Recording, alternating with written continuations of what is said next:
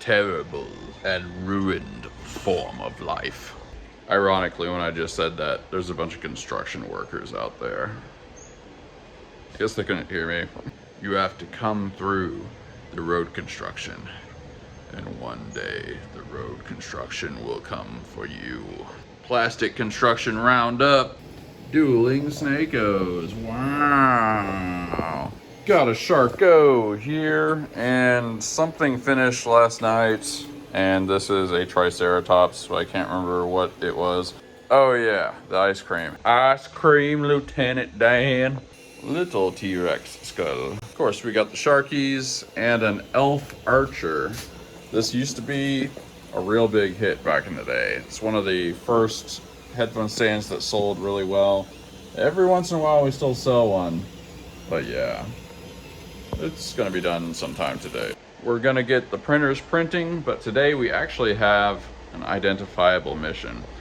The new location that we will probably go with, but we're not settled on completely yet, has a larger kitchen area. I've been wanting to do slow cooker meals for kind of a long time. You know, there's a lot of really healthy recipes that are also very, very good.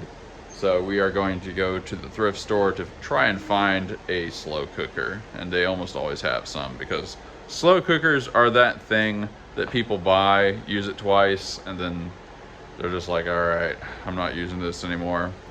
I don't understand why. Maybe it's because most people can't delay gratification. Random thought. I had a bit of a realization about something. I'm still kind of chewing on this, but a lot of people have pointed out that the problem with modern therapy really is two things. The first is there's too many people that go to therapy, hear things they need to work on, and then don't want to do it. So therapists lose clients by actually telling them what they need to hear. But on the other side, you know, number two, second problem is if your therapist actually kind of solves your problem and you're kind of good to go, then they lose a client. So they also have an incentive to not really make, you know, there's an incentive against you actually getting better. Now with, you know, either of these considerations, I'm not saying therapy is a bad thing. It can be a very, very good thing. You just have to have the right person. But understand these two incentives exist. Something I've been thinking about lately is like, we think there's all this stuff in the modern world that is new and like completely new and has no roots in anything. So I was thinking like, what are the roots for therapists in the deep history of mankind? If I remember right, it was Freud who pointed out that, you know, therapists are like secular priests, you know, priests where you go to confessional. What the historical antecedent to that is, I don't know exactly. You know, probably village elders or, you know, older family members or something. But in either case with those, the difference between that and modern therapists, other than a lot of psychological knowledge, which isn't trivial, is like with an older relative or your local parish priest or whatever, you can't just like get away from them, you know? Now you don't have to talk to them, but like there's only so many people that are like wise that could help you, that are around you, that you could talk to. You can't do the modern thing with therapists where you're just like going to this one and they tell you something that is true that you didn't want to hear, then go to this one, they tell you something that's true that you didn't want to hear, just keep doing the cycle. Like back in the day with priests, or like I said, family members that are wise, hopefully, it's like there's only so many of those. You can't just like go around a whole bunch. So yeah, just a random thought, but it's interesting because like, see, one of the things with modernity is we latch on to one aspect of something from the past and think that's why it's good. And like, obviously with therapists, I'm saying all the psychological knowledge and stuff in many cases is very beneficial. I'm not knocking it, but it's also like we've kind of snipped off some of the important parts of that equation. You know, like you just have to listen to this person or you're just not gonna have any other options. Maybe where I kind of land on the whole thing is I always think personal responsibility is kind of the preferable thing. And if we're in a scenario where the only thing limiting you is your personal responsibility, your willingness to take responsibility, a lot of people are going to slip through those cracks, but the people that actually take responsibility for themselves and learn to do that will have a differential advantage. So it's one of those things, it's like, it's probably bad for most people, but at the same time, like, for the people that actually can get their act together, it's probably a disproportionately good thing for them. I don't know, like I said, I'm still kind of thinking about it all, but just a little thought that occurred to me. Got the sled dogs running. We're going to go try and scrounge a slow cooker, but it's time to count these babies up. The full 5. 1, 2, 3, 4, 5. That's how I'm feeling right now. Look at that. Let's do this. I was trying to think of a pun with skeptic and septic. Nothing's coming to mind. Maybe I just haven't had enough coffee.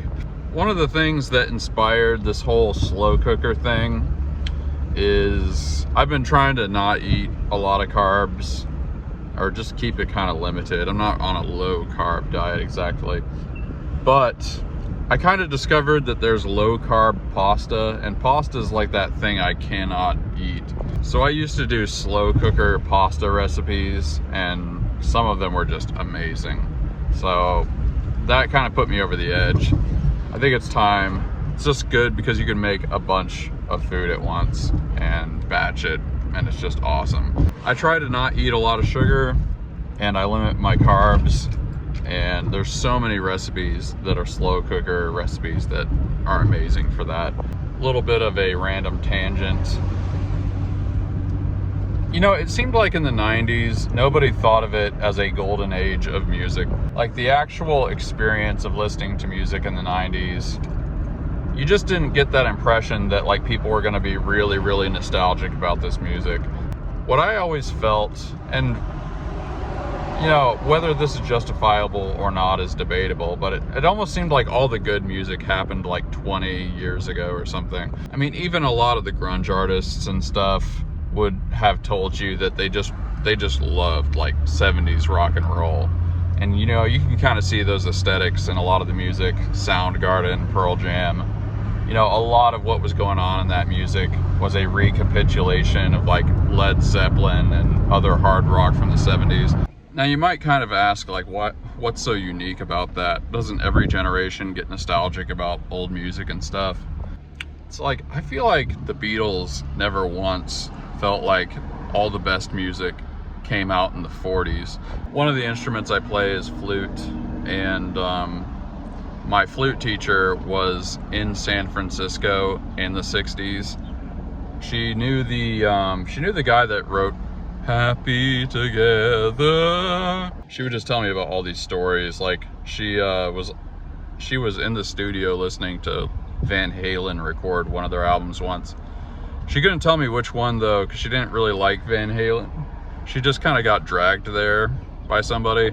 But anyway, my point is, like, there were generations where they kind of thought their music was the ultimate music. And like, there's just something about like being a 90s baby where it just seems a little unique. Don't get me wrong, there's a lot of 90s music I really liked, but especially in that boy band late 90s era where it was like Limp Bizkit. This guy's making so much noise. For a while there, it was like Limp Bizkit and Backstreet Boys were the two most popular things, and you definitely got that feeling like, wow, I'm like in the worst era of history. I don't know, just kind of a random thought, but there's something psychologically about that I think made millennials nostalgic. Because like, you just went to these classic rock concerts, you know, with these bands that came out in the 70s, and it's like, this isn't your era. Like, you missed a really good era of music. All right, let's see if we can find a good slow cooker.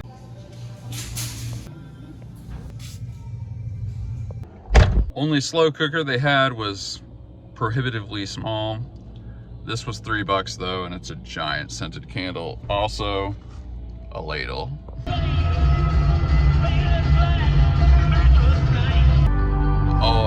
Here we go.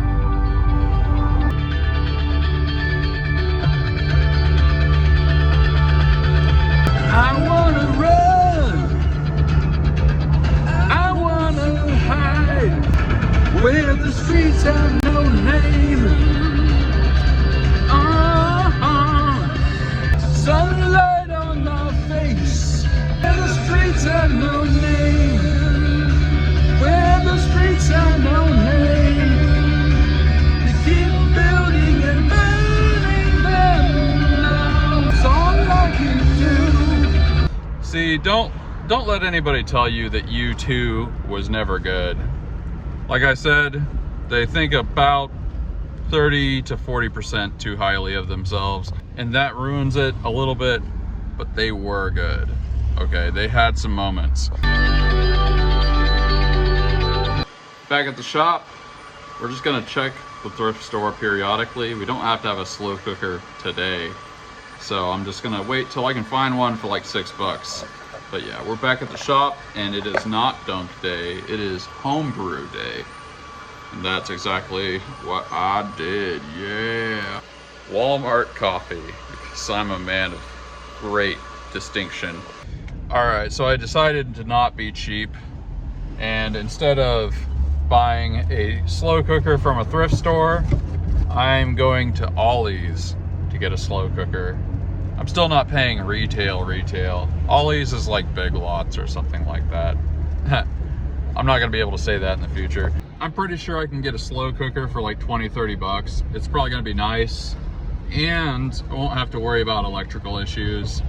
Sometimes on those old slow cookers, especially if they're like from the 80s or something, it gets a little scary.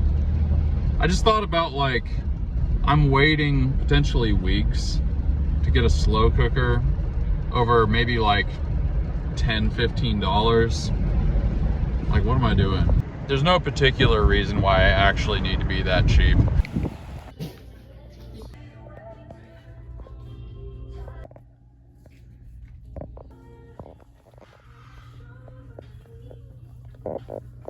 We're doing this.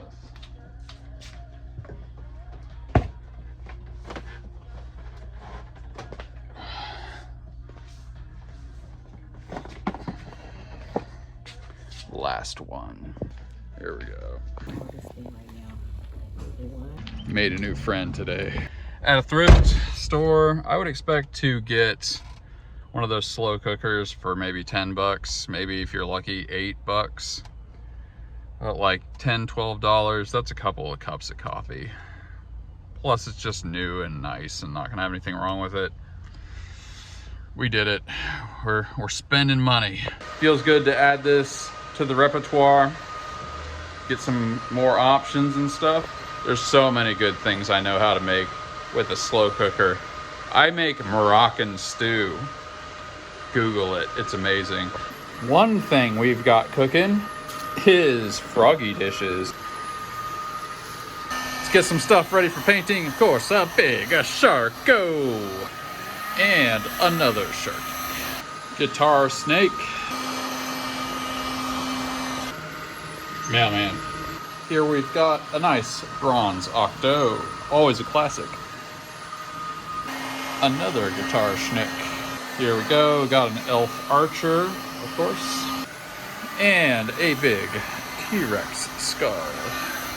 And we've got a mosasaur. Let's get a few before photos. Of course, Sharky. That one's going gold. Mosasaur, another Sharko. Of course, we got the guitar snake, little Sharky, and skull colors, yeah. We slapped the first coat of paint on all the things. I'm gonna let them dry and then do another coat when I get back. But we are going to get some groceries for the slow cooker meals. I have identified 2 meals that require not that many groceries, ingredients for me to buy, so they can make 2 of them. And it's gonna be very cost effective and very tasty. I used ChatGPT to give me some recipes that were optimized for minimum ingredients, maximum flavor diversity, and cheapness, as well as fitting into dietary restrictions of being relatively low carb and relatively low sugar. The two recipes are mustard vinegar butter chicken and horseradish vinegar beef roast. Now it's possible maybe we just don't find a good roast or chicken thighs or whatever for a good price or something, or maybe we just can't find it, but we'll see what's at the store and improvise from there. Who's ready to make some cost-effective meals?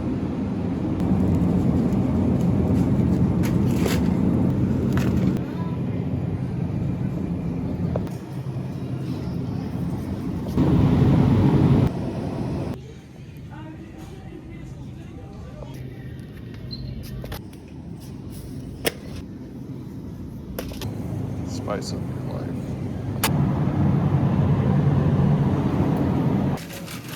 About 52 bucks for the whole thing.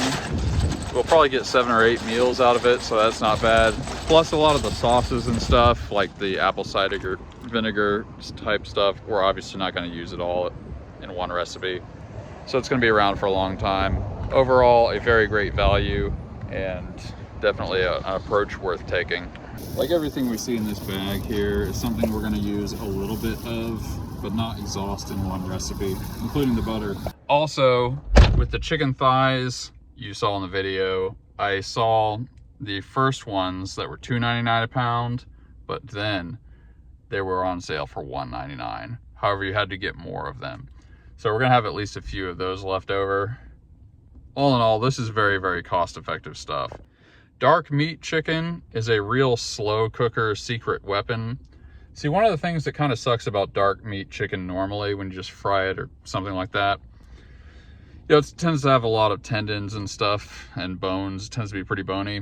But when you slow cook, it like gets all flippy floppy. It's like pulled pork, you know, it just gets super soft and the bones are easy to take out and all that. But then it's just very, very flavorful. Overall, very effective spending. Gonna be really, really good.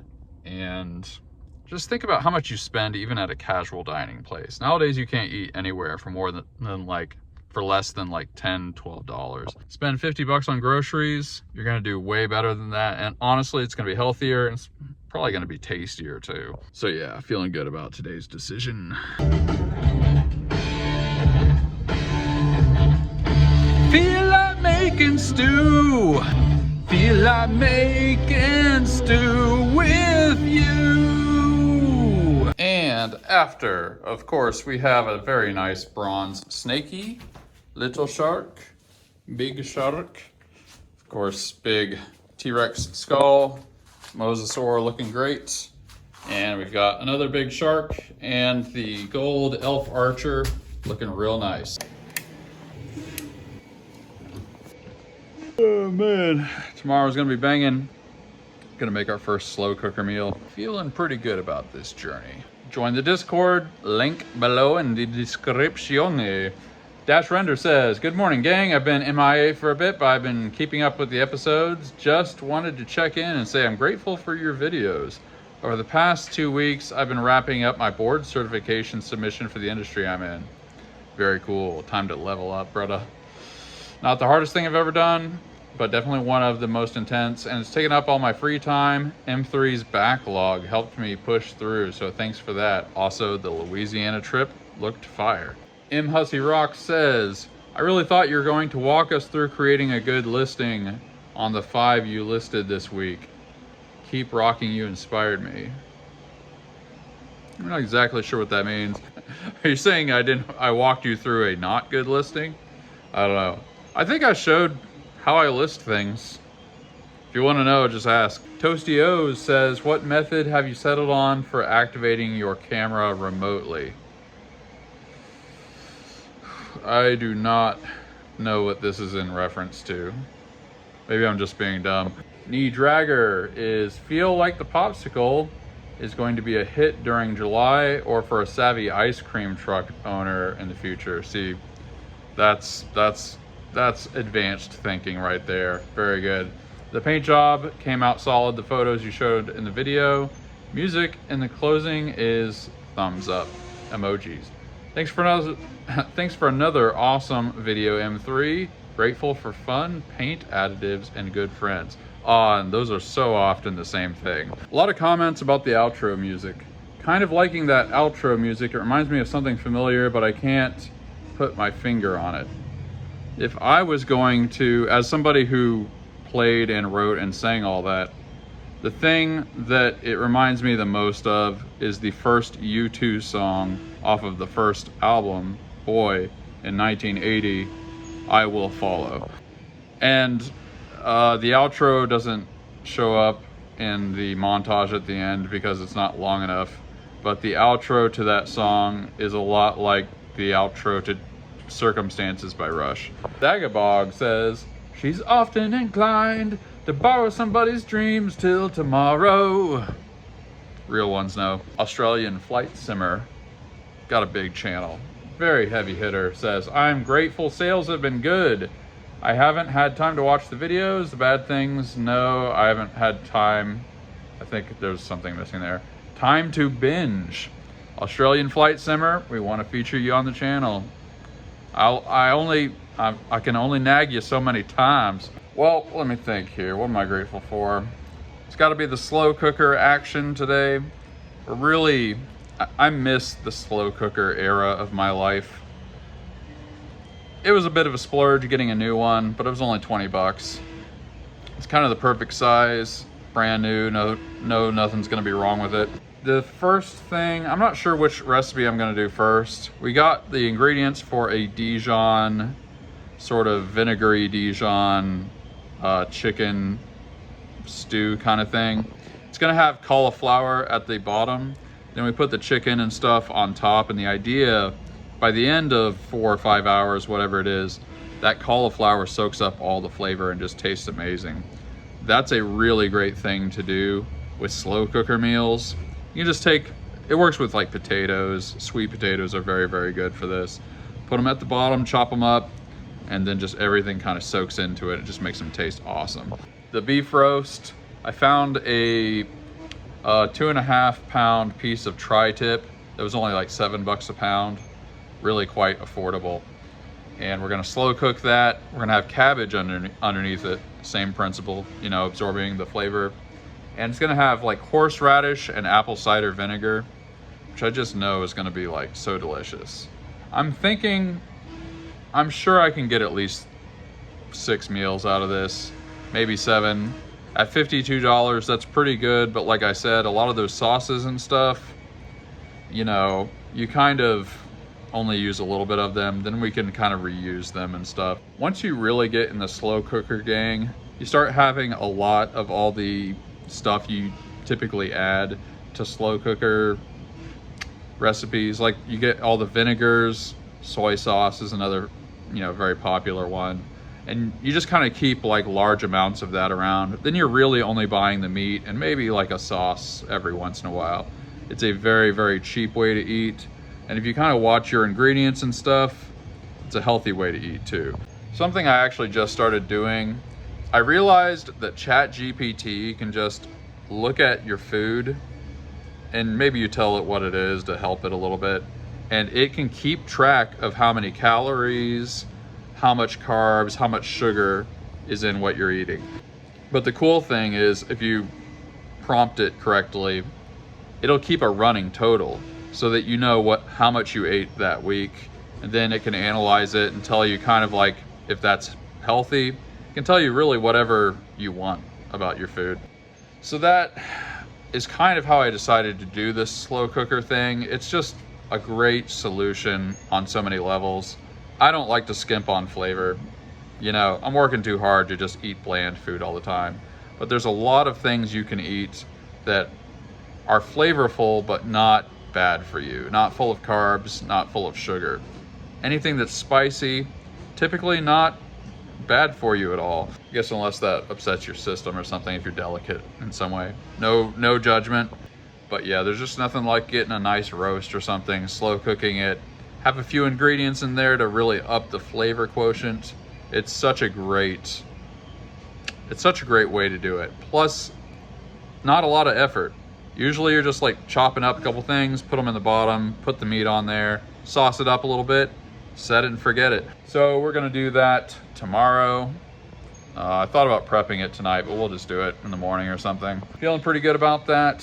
Feels like a good decision and pretty great day overall. So that is very much what I am thankful for. Hey, tell me what you're eating. Tell me what you're cooking. Tell me what is cooking in your kitchen. Tell me the small things that bring you joy. Let's focus on the good in life. Savor the sweet flavor. I'd love to hear about it. Write in the comments, or you can join the Discord. Like I said, if you want your comments to be read first, put it in the comments and questions section. It's a great option. Either way, love to hear from you guys. And as always, we are the Gratitude Gang. We are grateful for things. I will catch up with you tomorrow. Peace out.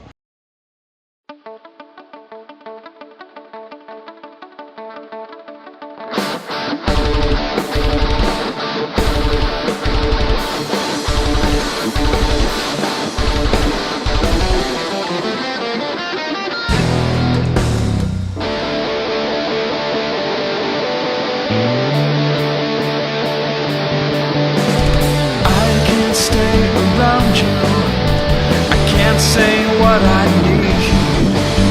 This blinding arm of lessons I'm seeing to believe. Standing in a moment, what has been is cast aside, frozen there as time